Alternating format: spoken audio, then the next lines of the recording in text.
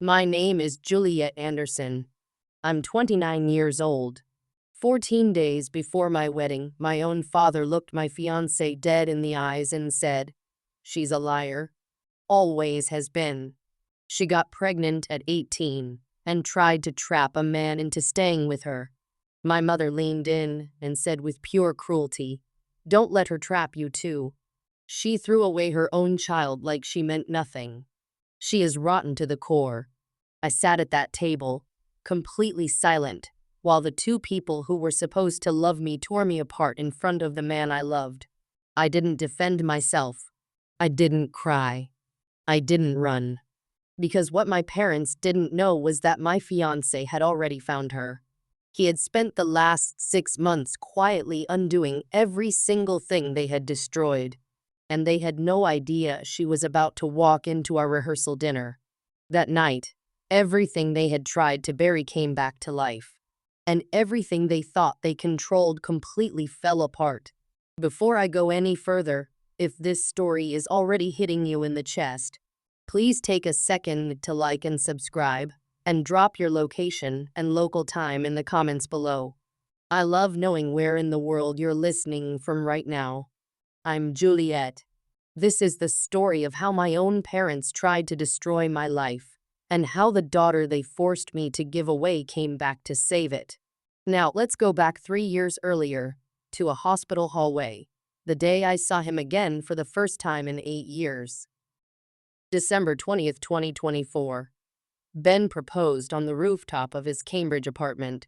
It was freezing. The Charles River looked like glass under the city lights. He had set up candles in mason jars because he knew I would think it was cheesy and love it anyway. When he got down on one knee, he said, "I lost 8 years with you. I don't want to lose 8 more days."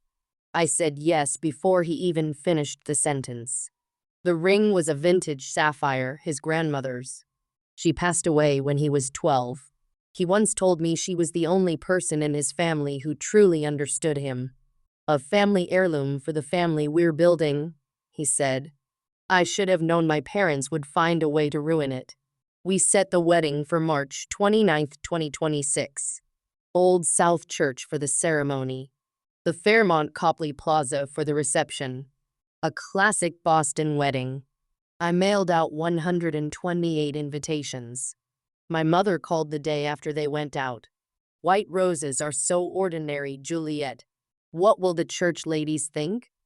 I had picked white roses because they were simple, because they didn't demand attention, because I wanted the day to be about Ben and me, not about impressing Patricia Anderson's church friends.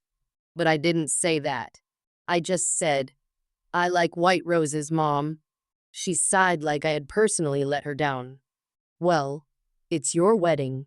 That phrase, "it's your wedding," she made it sound like a warning. Ben's family was completely different. His parents drove down from Vermont the week after we got engaged. His mother cried and hugged me for a full minute. His father shook Ben's hand and said, "You picked a good one, son." His sister Carolyn pulled me aside in the kitchen and said, "I'm so glad he found you again.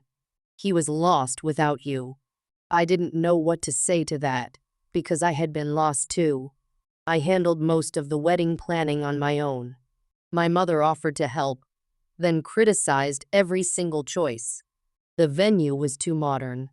The menu was too plain. The invitations were too simple. I kept a seating chart on my desk. I must have rearranged it 20 times. Every version. I moved my parents' table a little farther from the head table. Final version, table 8, near the exit.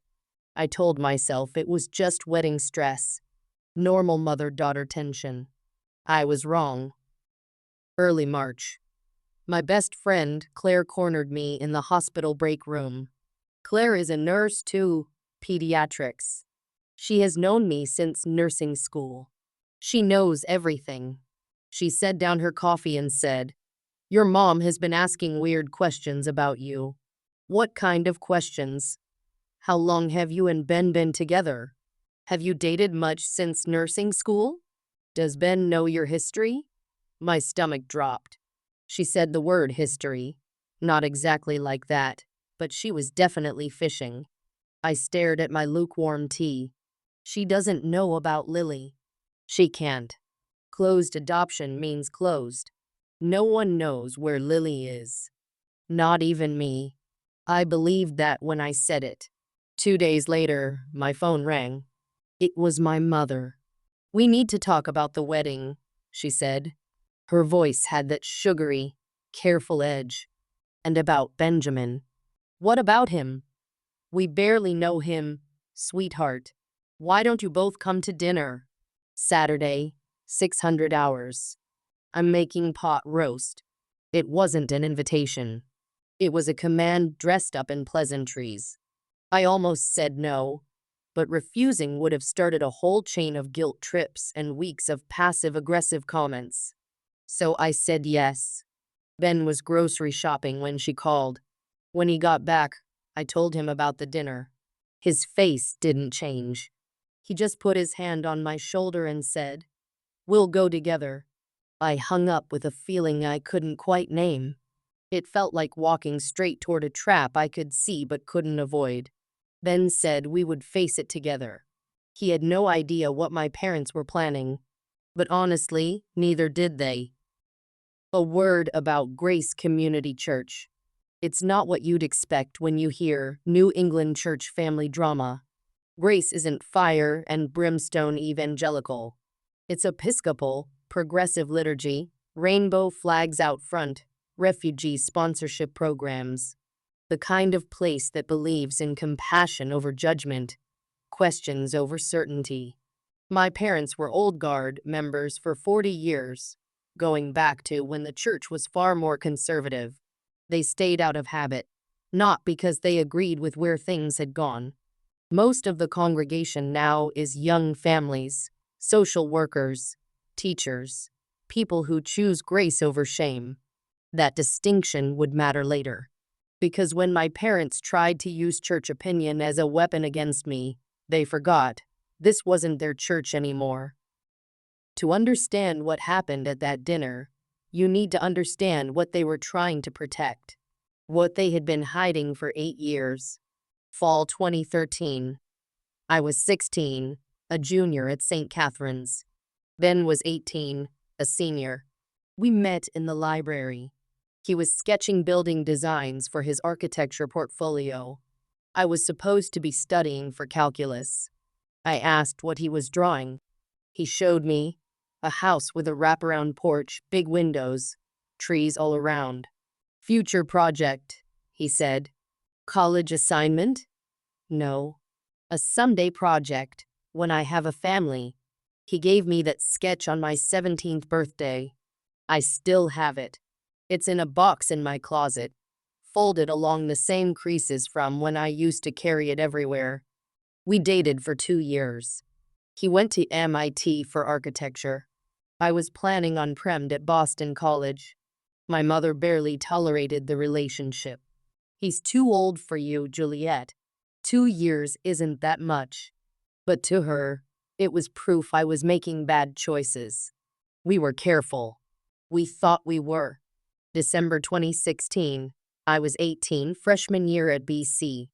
I missed my period. I took the test alone in my dorm bathroom. 2 lines. Positive. I stared at it for 20 minutes. I should have told Ben first, but I was scared and young, and I thought my mother would help me figure things out. So I drove home that weekend and told her. I was crying. "Mom, I'm pregnant. I don't know what to do." She didn't hug me, didn't ask if I was okay. Just said, very quietly, "You're going to fix this." I knew what she meant. "I'm not getting an abortion." Her face went cold. "Then we'll handle it another way." That was when everything changed. That was when they took control. January 2017. My parents found out I was 2 months along. They pulled me out of Boston College, told the school I was taking medical leave for health issues. I spent the next 8 months locked in their house in Wellesley, technically homeschooled, but really just sitting in my childhood bedroom, feeling her move inside me. trying to imagine a way out that didn't exist. They cut off all contact with Ben. They used my email account to send him a breakup message. I think we should break up. This isn't working. He called. My mother answered my phone and told him I didn't want to talk, that I needed space. He tried for 2 weeks. Then he stopped. I wanted to run every single day. I planned it. But I was 18, pregnant, with no money and nowhere to go. My father made it very clear. If you contact him, we cut you off. No college, no car, no phone. You'll have nothing. So I stayed, and I let them plan my daughter's disappearance. August 13th, 2017, 3:42 in the morning. Newton Wellesley Hospital. Labor lasted 16 hours. My mother and father were there. So was the adoption social worker, a woman in a gray suit with a clipboard and a sympathetic smile that didn't reach her eyes. I gave birth to a baby girl, 6 pounds, 8 ounces. Dark hair. Perfect. I asked to hold her. My mother said, "It's better if you don't." Clean break. The social worker nodded. It's easier this way.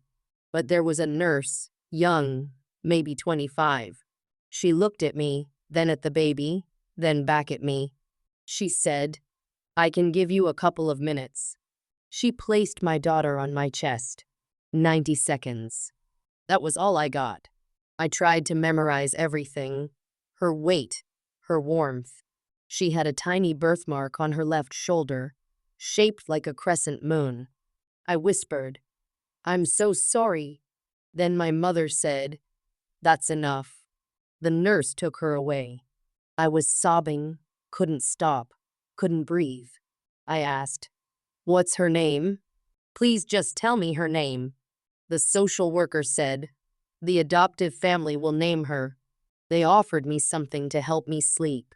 I was so broken. I said yes. When I woke up 6 hours later, she was already gone, in someone else's arms, in someone else's home, with someone else's name. And I didn't even get to say goodbye. August 14th, 2017. I signed the relinquishment papers. Closed adoption. No contact, no information, no updates. Ever. My mother stood over me while I signed. "You'll thank us when you're older," she said. I went home and locked myself in my room for 3 weeks. Depression hit like a freight train. I couldn't eat, couldn't sleep, couldn't think about anything except those 90 seconds. My parents acted like it never happened. My mother turned the nursery we had set up into a guest room within a week. "No point in dwelling," she said. I started therapy in October 2017. My therapist was kind and patient. She told me, "You experienced a traumatic loss. Grief doesn't have a timeline." I said, "But I chose this, didn't I?" She looked at me for a long time. Then she said, "Did you?" Every August 13th for the next 8 years, I called in sick to work, stayed in bed, and counted the hours since I had last held her, 90 seconds. My parents never asked why I was sick every August 13th. They knew. And on year 8, the day I thought would destroy me like all the others, Ben walked back into my life. I switched to nursing school in 2018 at Simmons University. I couldn't save my daughter. Maybe I could save someone else's. I graduated in May 2021 and started at Children's Hospital Boston a month later, the pediatric unit. Every baby I held was a reminder. My therapist said that was either self-punishment or an attempt at healing. Maybe both. I kept minimal contact with my parents. Holidays only, surface-level conversations. We never talked about what happened. But I thought about her every single day. I built a life that looked normal from the outside: job, apartment in Cambridge, friends, therapy. I even dated a few times. Nothing serious. But every August 13th, I disappeared. The ritual was always the same. I would drive to the Newton Wellesley Hospital parking lot, park in the same spot my parents had parked that night, and just sit there. I would count the years. First birthday. Second. Fifth. I would wonder, what does she look like? Does she know she's adopted? Does she think about me? August 13th, 2022. I sat in that parking lot and whispered, "You're 5 today. Do you like kindergarten? Do you have my eyes?" No one answered. Claire asked me once why I didn't try to find her. I said, "Closed adoption means she doesn't want to be found." I was wrong about that too. In my apartment, I kept a small box in the back of my closet. Inside were 8 birthday cards, one for each year. I wrote them every August 13th, sealed each envelope, and put them in the box. I never sent them. There was no address to send them to, but I wrote them anyway. While I was grieving, Ben was living his own version of it. I didn't know that at the time. He told me later. He finished MIT in 2020, started an architecture firm with a college friend, took on projects around Boston. He dated a few people. Nothing stuck. "Every relationship I tried felt like replacing you," he told me. I couldn't do it.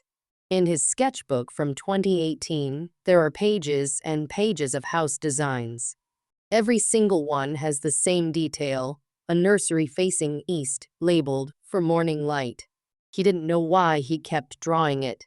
In 2022, Ben's firm got a contract to design an expansion for Children's Hospital Boston, a new pediatric wing. He would be on site for measurements and meetings with hospital administration. Pure coincidence. March 15th, 2023. I was doing rounds on the 4th floor. An administrator walked in with an architect to measure the space for the new expansion. The architect turned around and I saw him. 8 years. He looked older, sharper, but it was him. We made eye contact. Time stopped. The administrator said, "Juliet Anderson, this is Benjamin Foster from Foster & Holmes Architecture." "Benjamin, this is Juliet, one of our pediatric nurses." Ben said, "Actually, we know each other." I couldn't speak. He asked, "Coffee?" An hour later, we were sitting in the hospital cafeteria, 2 coffees going cold on the table between us. We talked for 3 hours. He said, "I never stopped thinking about you. I never understood why you left." I told him the truth, most of it. I told him my parents had forced us apart, that I was pregnant when they separated us, that I had a daughter born in August 2017, given up for adoption. What I didn't tell him, what I genuinely believed at the time, was that the baby was his. The timeline was close. We had broken up in January. I thought maybe I had gotten pregnant right after, with someone else. In my grief, it hadn't added up. But trauma doesn't make sense. I was wrong. I just wouldn't find out for 2 more years. April through December 2023.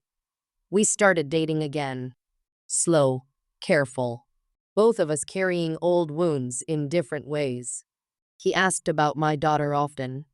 "Do you know where she is?" "Closed adoption." "I have no information." "Would you want to find her?" "Every single day. But I don't think I have the right." We fell in love again, deeper this time, because we both knew what losing each other felt like. In November 2023, Ben started coming to therapy with me. Couples counseling. The therapist specialized in adoption trauma. Ben listened, asked questions, took notes. I thought he was just trying to understand me. I didn't realize he was building a plan. December 20th, 2024. The proposal. The rooftop. The sapphire ring. That night, after I said yes, I told him something I should have said earlier. There's something else. About the pregnancy, the timing. I got pregnant right around when we broke up, December 2016. And I've always assumed it was with someone else after you. A rebound. I was such a mess. I don't even remember clearly. I should have told you before you proposed. Ben went quiet for a long time. Then he asked, "Is there any chance it could be mine?" I thought about it. I don't know. Maybe. The timeline overlaps. His face changed. Not anger. Determination. "If she's mine," he said. "If our daughter is out there, I need to know. But we can't. Closed adoption means there are ways." I told him to let it go. That we would never find her. That it was better not to hope. 3 weeks later, he ordered a 23andMe kit. January 2025. Ben did the DNA test. He told me it was for ancestry. I want to know if I'm actually Scottish like my dad claims. I didn't think much of it. Results came back in February. Standard European breakdown. Norwegian, Irish, some German. No close family matches. Ben stared at the screen for a long time. Then he said, "Nothing." I said, "I told you she's probably not even in the system." He nodded. But I could see the disappointment. What I didn't know was that DNA databases update constantly. When new people join, they get matched against everyone already in the system. And 6 months later, everything changed. August 2025. A couple in Brooklyn, Jennifer and Michael Walsh, were having a quiet conversation about their 8-year-old daughter. Jennifer is a pediatrician. Michael is a high school history teacher. They had adopted their daughter as a newborn and had always been open with her about it. At her last checkup, the doctor asked about family cardiac history. Jennifer said, "Unknown." "She's adopted." The doctor nodded. "You might want to consider a genetic test, just for medical records." That evening, Jennifer mentioned it to Michael. "What about one of those DNA tests? Worst case, we learn her ancestry. Best case, we get some medical information." They ordered a kit in late August. Their daughter, Lily, that's her name, thought it was fun. She spit in the tube, mailed it off, and forgot about it. September 3rd, 2025. The results came back. The system immediately flagged a match. Close family match. Benjamin Foster. Possible father. Jennifer and Michael stared at the screen. The name meant nothing to them, but the age, 31, and location, Massachusetts, matched the timeline. They realized this could be Lily's biological father. At the exact same moment, on the other side of Boston, Ben's phone buzzed. New email from 23andMe. "You have a new close family match." He opened the app. Match level. Close family. Possible daughter. Name. Lily W. Parent managed account. Age. 8. Location. Massachusetts. Ben told me later. I stared at that notification for an hour. Lily. Born August 2017. Massachusetts. It had to be her. It had to be our daughter. But he didn't tell me right away. He needed to be absolutely certain, because raising my hope and being wrong would have destroyed me. So he did what Ben does. He made a plan. September 4th, 2025. Ben hired a private investigator, a former Boston police detective who specialized in adoption reunions. Discreet, professional, and skilled at using public records without crossing any legal lines. Ben gave him the information from 23andMe. Lily W. Age 8. Massachusetts. The PI worked fast. Property records in Brooklyn showed a Jennifer Walsh, age 43, pediatrician, and a Michael Walsh, age 45, high school teacher, with a female dependent, age 8. School enrollment records in Massachusetts are public. Cross-referenced with the address. Lily Walsh, 3rd grade, Brookline Elementary. The school website had class photos from the previous year. 2nd grade, front row, 3rd from the left, purple shirt, dark curls, gap-toothed smile. The PI sent over the report. 23 pages. The photo was on page 1. Ben told me later. The photo showed a little girl with dark curls and my smile and your eyes. And I knew, beyond any doubt, she was ours. The question was, what do we do now? September 21st, 2025. Ben sat me down in his apartment. Serious expression. Gentle voice. I found her, he said. I thought he was joking. Found who? He showed me his phone, the 23andMe match, the PI report, the photo. I collapsed. I don't remember the next hour clearly. I know I cried. I know Ben held me. I kept saying, how? How is this possible? Ben explained the DNA test, the match, the investigation. And then he said, Juliet, the match says I'm her father, not someone else. Me. That broke me all over again. Because it meant I hadn't just lost 8 years with my daughter. I had lost them with her father too. The man I loved. The man who would have fought for us if he had known. October 2025. Ben hired a family law attorney, Helen Strickland, a specialist in adoption cases. We weren't trying to take Lily back. That's not how it works. We were trying to make contact to see if the adoptive family would be open to communication. Massachusetts law allows birth parents to reach out if the adoptive parents agree. If they said no, we would have no legal options. The attorney sent a formal letter to Jennifer and Michael Walsh explaining who we were, how we found out about the DNA match, and that we were simply requesting voluntary contact, not challenging the adoption. We waited 3 weeks. No response. I started to accept that maybe closed truly meant closed. Then Jennifer Walsh called the attorney back. And this is how you repay us, by dragging up the past right before your wedding? I was gripping my coffee mug so hard it cracked. I didn't notice until later. Get out. They didn't move. My mother said, if you don't end this immediately, we'll tell Benjamin the truth about you. He already knows. She laughed. Actually laughed. Does he know you have no idea who the father is? The lie came so easily to her. Ben is the father. 23, and me proved it. Her face went white. My father said, even if that's true, which I doubt, that child is legally adopted. You have no claim. We're not trying to take her, I said. We're trying to be part of her life. Something you prevented for 8 years. My mother's voice shook.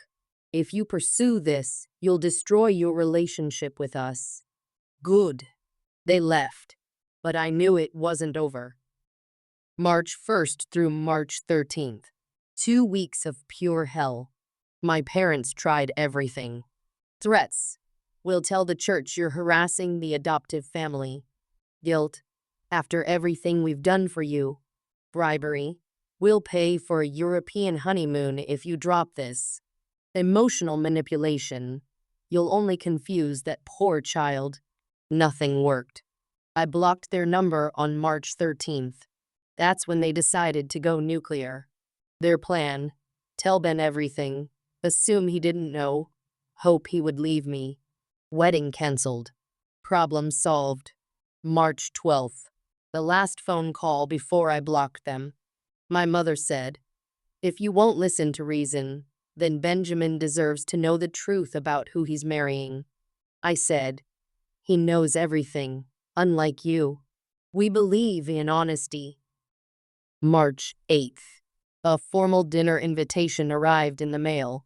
It had been sent 3 weeks earlier, before the blow-up. Patricia and George had planned this intervention dinner before they even knew about the reunion with Lily. Now it was their stage. I knew it was a trap, but refusing would have caused an even bigger scene. Ben said, let them try. I've got everything documented. I asked, what if they have some kind of proof I don't know about? Some lie I can't disprove? He opened a folder on his phone labeled Lily. Inside, 23andMe results, emails with the Walsh family, therapist notes, photos of us with Lily, a legal timeline. Everything. Then we'll disprove it together, he said. March 14th arrived, 14 days before the wedding. We drove to my parents' house in Wellesley. Ben brought his phone. I brought my engagement ring, because I wasn't sure I'd still be wearing it by the end of the night. March 14th, 2026. 5:55 p.m. The Anderson house is a large colonial with a perfectly kept lawn and church directories stacked on the side table in the foyer. My mother greeted us at the door. Too sweet. All smiles. Benjamin, you look so handsome. Juliet is so lucky. The translation was clear. You could do better. The dining room was set formally. Good china. Pot roast in the center of the table, exactly as promised. 4 place settings. I asked who else was coming. Just family, my mother said. The 4th chair stayed empty. I thought it was decorative, symbolic of something. It wasn't. We sat down. My father said grace, long and pointed, all about honesty and truth in marriage. Then my mother served the pot roast. And then, just as I lifted my fork to take the first bite, my father looked at Ben and said, "There's something you need to know about Juliet before you marry her." Pause. Juliet had a baby 8 years ago. She gave it up for adoption and never told you. Ben set down his fork. Calmly, he said, "I know." My mother blinked. "Excuse me?" "I know. Juliet told me over a year ago." My father recovered quickly. His voice got louder and sharper. "Did she tell you she has no idea who the father is? That she was seeing multiple men after you broke up and the pregnancy could have been anyone's?" I started to stand. "That's not," my mother cut me off, sharp and cold. "Sit down, Juliet. The adults are talking." I sat. I stayed silent. My hands were clenched under the table. Ben's hand covered mine. My father continued. "She tried to trap some other man with that baby. When he refused to stay, she threw the child away like garbage." Ben set down his fork. He looked my father directly in the eyes and said, very calmly, "Actually, I know exactly who the father is." Pause. "And your daughter isn't a liar. You are." The room went completely silent. My father said, "What are you talking about?" Ben said, "I'm the father. 23andMe confirmed it 6 months ago." My mother's face went white. My father said, "That's impossible." The timeline then interrupted. August 2017. Juliet and I were together in December 2016. You separated us in January 2017 when she was 2 months pregnant. You forced a closed adoption to hide your shame. Should I continue? My mother's voice shook. "You have no right to." "No right to what?" Ben said. "Know my own daughter?" Interesting perspective for grandparents. My father stood up. "Even if you are the father, which I still doubt, that child is legally adopted. You have no claim." Ben said, "Actually, we've been in contact with her for 6 weeks." My mother's voice came out strangled. "You've what?" Ben picked up his phone and set it on the table, screen facing up. "Her name is Lily," he said. "Lily Elizabeth Walsh. She lives in Brooklyn with Jennifer and Michael Walsh, wonderful people who actually love her. And she knows we're her biological parents." He opened a photo and showed it to them. It was from March 7th, Lily, me, and Ben, all smiling. Lily holding a handmade sign that read, "See you at the rehearsal dinner." My mother leaned in close. Her voice dripped with cruelty. "Don't let this trap you too. She threw away her own child like garbage. She is rotten to the core." Ben's voice stayed calm, cold. "She didn't abandon anyone. You stole her daughter. and you're about to lose your own. My mother stood up, shaking with rage. If you continue this, we will not attend your wedding. We will tell everyone at church exactly what kind of woman she is.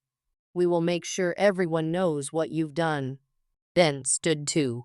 He pulled up a folder on his phone. Let me show you what we have, he said. 23andMe results proving paternity.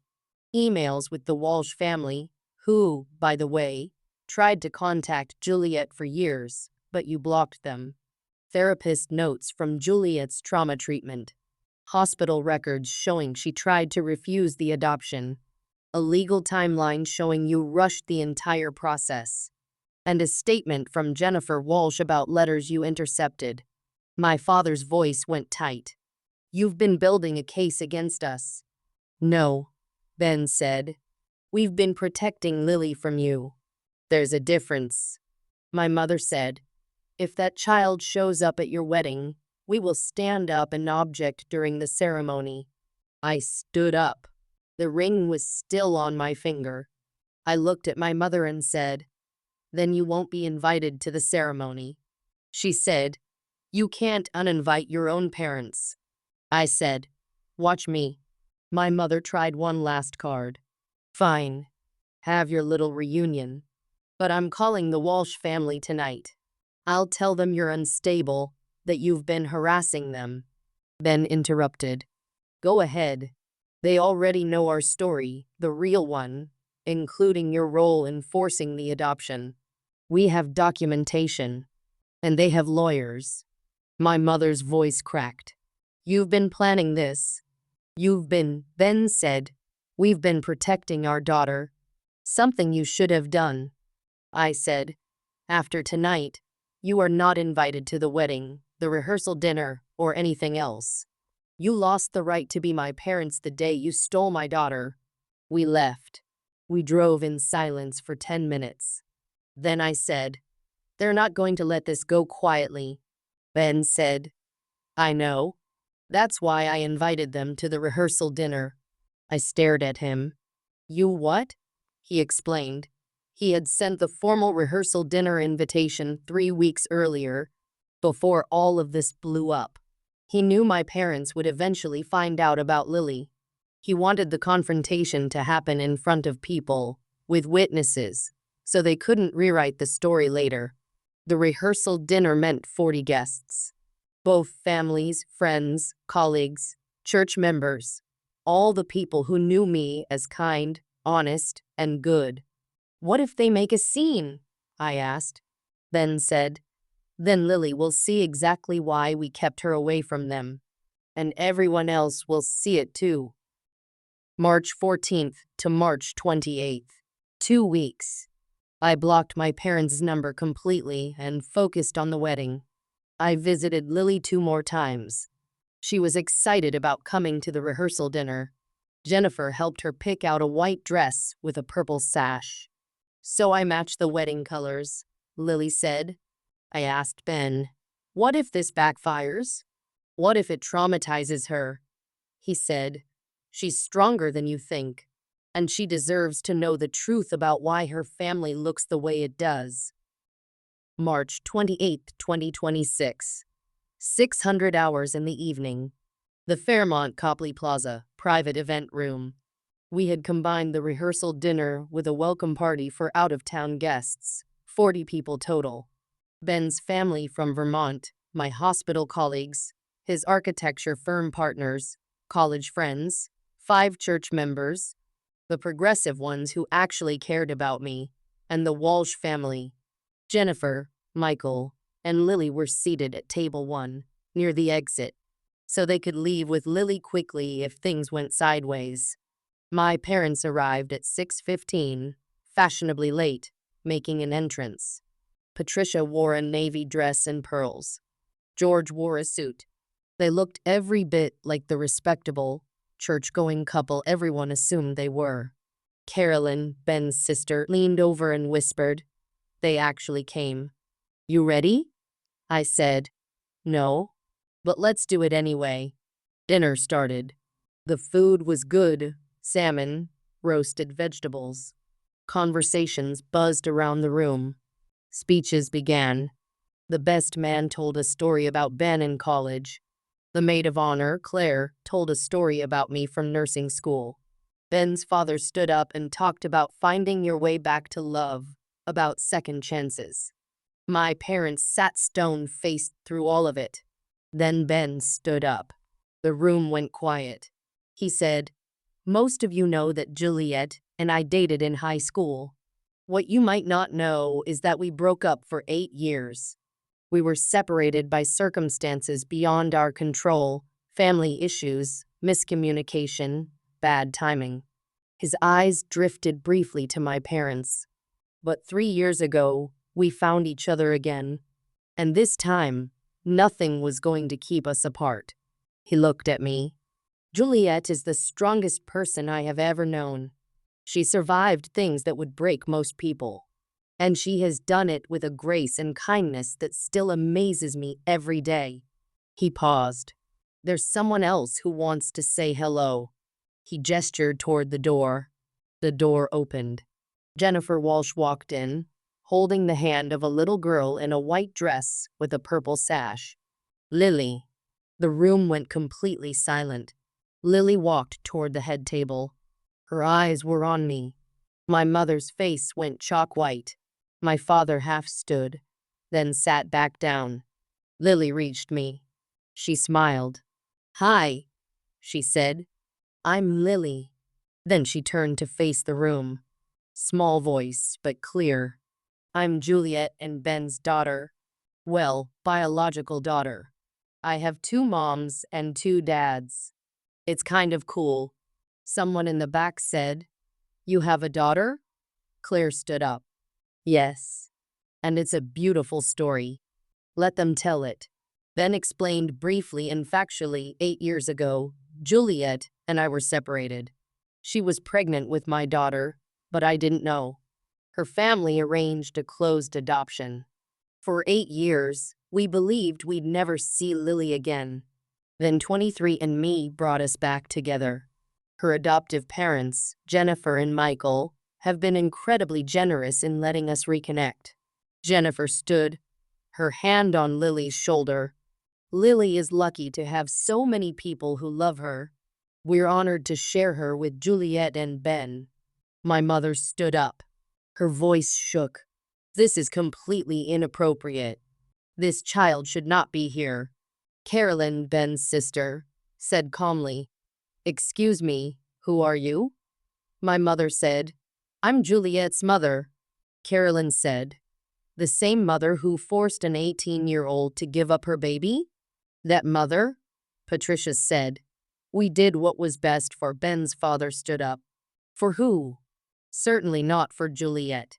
Certainly not for Lily." The entire room was staring at my mother. Not one person was on her side.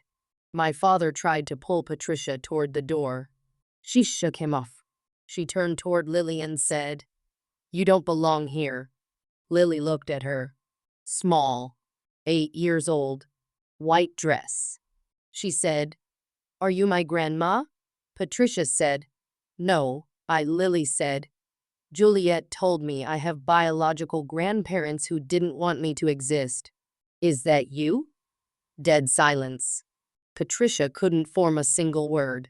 Lily continued, "Juliet told me she wanted to keep me, but you wouldn't let her." "Is that true?" Patricia stammered. "It's not that simple," Lily said. "It sounds pretty simple." Ruth, an elderly church member, someone Patricia had known for 20 years, stood up.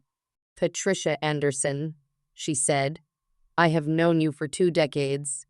I have never been more disappointed." One by one, people spoke up. A colleague from the hospital, "Juliet is the most compassionate nurse I know. She deserves happiness." Ben's business partner, "This family is beautiful. Anyone who can't see that is welcome to leave." Even church members, Patricia's own people, turned away from her. "Forcing your daughter to give up her baby, that is not what Jesus taught." Ruth said quietly but firmly, "Patricia, You need to leave. This is a celebration, and you are poisoning it. My mother grabbed my father's arm and headed for the door. She stopped, turned, said, "You'll regret this, Juliet. All of you will," and walked out. The door closed behind them. The room exhaled. Then someone started clapping. Then everyone. A standing ovation, not for kicking out my parents, but for Juliet's strength, for Ben's loyalty, for Lily's courage, and for the Walsh family's open-hearted generosity. Lily looked around, confused. "Why are they clapping?" I said. "Because we're a family," she said. "All of us?" I said. "All of us." She looked at me, shy, hopeful. "Can I call you Mom? Or is that weird because I already have a mom?" I was crying. "You can call me whatever feels right." She thought about it. "Okay, Mom Juliet and Mom Jennifer." Like that. I held her hand. First time holding her hand without a therapist in the room. 8 years late. But she was here. The party went on. Lily met Ben's parents, her other grandparents. They cried, hugged her, and gave her a teddy bear they had been holding onto for 8 years. And the next day, we got married. March 29th, 2026. 300 hours in the afternoon. Old South Church, Boston.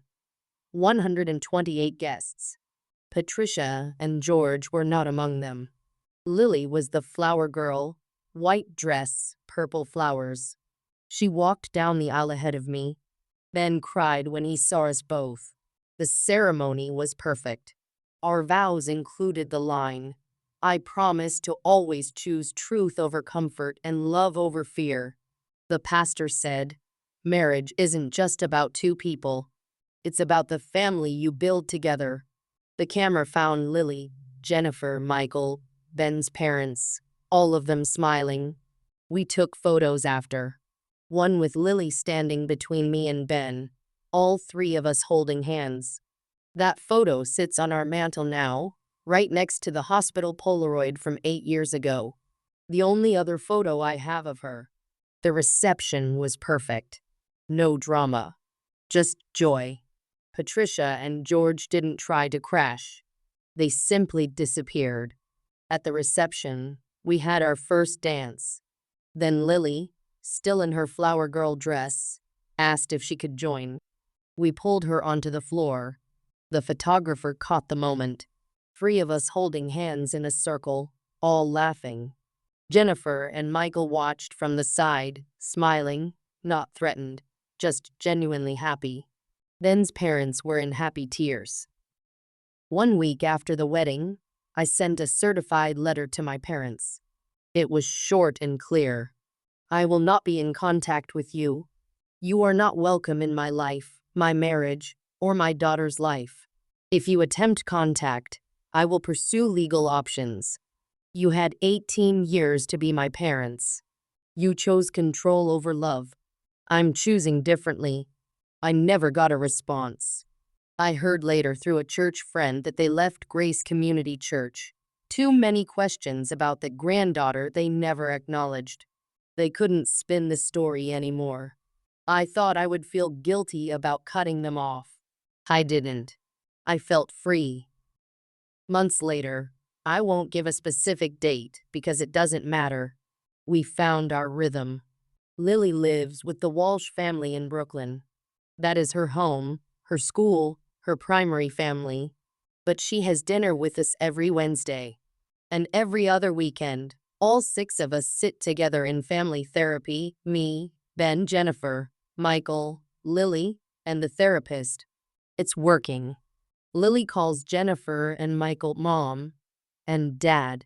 She calls me and Ben Mom Jules and Dad Ben.